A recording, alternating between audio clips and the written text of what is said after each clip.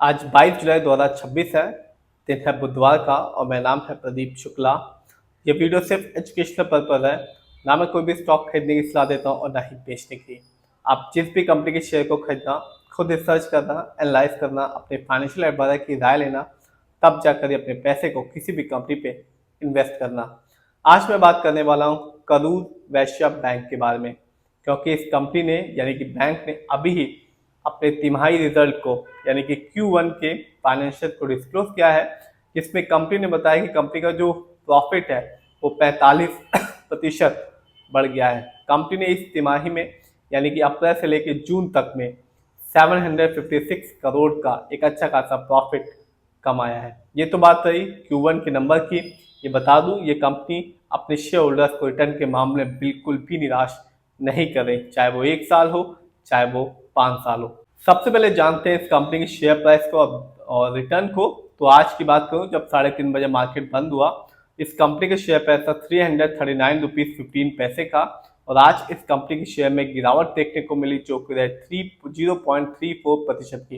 लेकिन लगातार जब से कंपनी ने Q1 के नंबर को डिस्क्लोज किया है, 7 दिनों में कंपनी ने एक अच्छा खासा रिटर्न अपने शेयर होल्डर्स को दिया है। लेकिन मैं हमेशा कहता हूँ, बार बार कहता हूँ कि आप लॉन्ग टर्म रिटर्न देखना, तभी किसी भी कंपनी अपना पैसा लगाना। यदि बात की जाए 1 साल की, जब मार्केट डाउन था, जब मार्केट लाल था, इस कंपनी ने अपने शेयर होल्डर्स को बिल्कुल भी निराश नहीं किया, क्योंकि इस कंपनी ने बहुत ही अच्छा रिटर्न निकाल के दिया 1 साल में।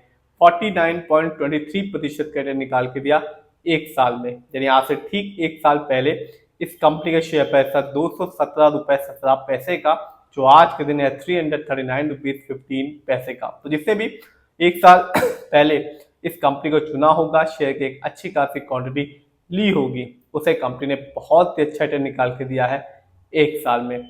लॉन्ग टर्म में भी यानी कि 5 साल में भी इस कंपनी ने अपने शेयर होल्डर्स का भरोसा जीता, क्योंकि 5 साल में इस कंपनी ने 692% का रिटर्न निकाल के दिया है। यानी आज से ठीक 5 साल पहले इस बैंक का जो शेयर था वो सिर्फ 40 रुपए के आसपास का था, जो आज के दिन 339 रुपीज का हो गया है। तो 1 साल में भी और लॉन्ग टर्म यानी कि 5 साल में भी इस कंपनी ने अपने शेयर होल्डर्स को रिटर्न के मामले में बिल्कुल भी मायूस निराश नहीं किया। देखते हैं इस कंपनी के स्टॉक के परफॉर्मेंस को। तो 1 साल में इस कंपनी का जो हाईएस्ट शेयर प्राइस गया वो गया 347 रुपीज 90 पैसे का, जबकि 1 साल में इस कंपनी का लोएस्ट शेयर प्राइस आया 201 रुपीज 82 पैसे का। यदि मैं इवेंट्स को देखूं तो आने वाली 24 जुलाई 2026 को ये कंपनी अपने शेयर होल्डर्स को डिविडेंड देने वाली है, हर एक शेयर के बदले में 2 रुपए 60 पैसे का। तो जिसके पास भी इस कंपनी के शेयर की एक अच्छी खासी क्वांटिटी होगी, उसे एक अच्छा खासा अमाउंट ये कंपनी देने वाली है। देखते हैं इस कंपनी के फंडामेंटल्स को। तो जो कंपनी का मार्केट कैप है वो है 32,817 करोड़ का। ये कंपनी लार्ज कैप की है, क्योंकि मार्केट कैप 20,000 करोड़ के ऊपर का है। पीबी रेशियो 2.33 है। शेयर मार्केट में एक अच्छा पीबी रेशियो कहलाता है 1 से लेकर 3 के बीच में। यदि कंपनी का पीबी रेशियो 1 से कम होता है तो बताता है कि कंपनी का शेयर सस्ता है, लेकिन कंपनी की जो स्थिति है वो स्ट्रॉन्ग नहीं है। यदि कंपनी का पीबी रेशियो 3 से महंगा होता है तो बताता है कि कंपनी का शेयर महंगा है, और जो निवेशक है जिन्होंने इस कंपनी में पैसा लगा रखा है, उन्हें फ्यूचर में कंपनी से बहुत ज़्यादा उम्मीदें लगी हुई है। इंडस्ट्री पी है 13.76 का। शेयर मार्केट में एक अच्छा इंडस्ट्री पी कहलाता है 20 से लेकर 25 के बीच में। ये बताता है जो कंपनी के स्टॉक है मार्केट में कैसा परफॉर्म कर रहा है। क्या वो बहुत महंगा तो नहीं हो गया शेयर मार्केट में, क्या बहुत ज़्यादा सस्ता तो नहीं हो गया शेयर मार्केट में कंपनी का शेयर। डेब्ट टू इक्विटी नहीं है, यानी कि इस कंपनी पर किसी भी तरह का कोई लोन कर्ज नहीं है। आरओई यानी कि रिटर्न ऑन इक्विटी, इस कंपनी का आरओई है 19.45% का। शेयर मार्केट में एक अच्छा आरओई कहलाता है 15% से लेकर 20% के बीच में। और मेरा मानना है कि आप जब भी किसी कंपनी के फंडामेंटल्स को चेक करें तो आरओई जरूर चेक करें, क्योंकि ये बताता है कि कंपनी कैसे आपके पैसे को इस्तेमाल कर रही है। यदि कंपनी का आरओई हाई होता है या पॉजिटिव होता है तो साफ बताएगा कंपनी आपके पैसे को सही से इस्तेमाल कर रही है। इससे आगे चल के फ्यूचर में कंपनी आपको एक अच्छा खासा बेनिफिट दे पाएगी। यदि कंपनी का आरओई कम होता है या नेगेटिव होता है तो साफ बताएगा कंपनी आपके पैसे को सही प्रोजेक्ट्स में नहीं लगा पा रही, जिससे रिटर्न पाने की जो पॉसिबिलिटीज होती है लॉन्ग टर्म में बहुत ज़्यादा कम हो जाती है। इस कंपनी का ईपीएस यानी कि अर्निंग पर शेयर है 28.40 का, कम है क्योंकि शेयर मार्केट में अच्छा ईपीएस कहलाता है 80 और से ज़्यादा का। ये बताता है कंपनी लास्ट 12 महीने में कितना कमाया।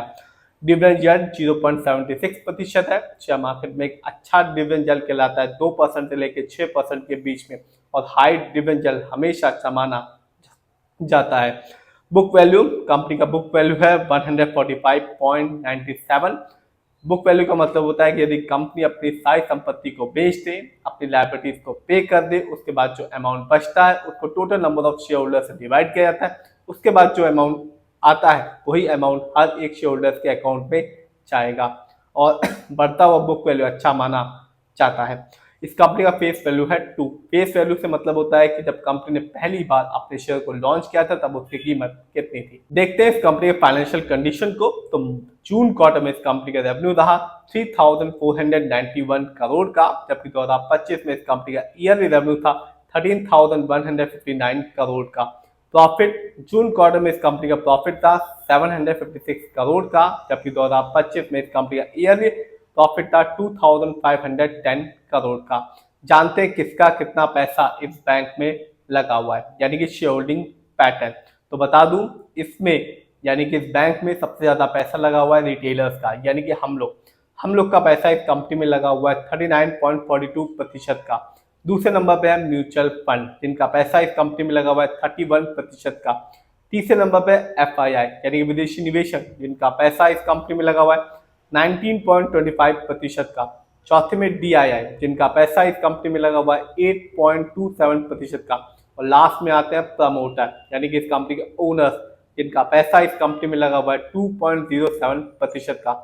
तो कंपनी ने अभी ही अपने Q1 के नंबर को डिस्क्लोज किया है, जिसमें कंपनी ने बताया कंपनी का प्रॉफिट 45% बढ़ गया है। साथ ही साथ आपने देखा ये कंपनी एक साल में भी और लॉन्ग टर्म में भी अपने शेयर होल्डर्स को रिटर्न के मामले में बिल्कुल निराश नहीं कर रही। फिर भी आप जिसमें पैसा लगाएं खुद रिसर्च करें, एनालाइज करें, अपने फाइनेंशियल एडवाइजर की राय लें, तब जाकर ये अपने पैसे को शेयर मार्केट में लगाएं।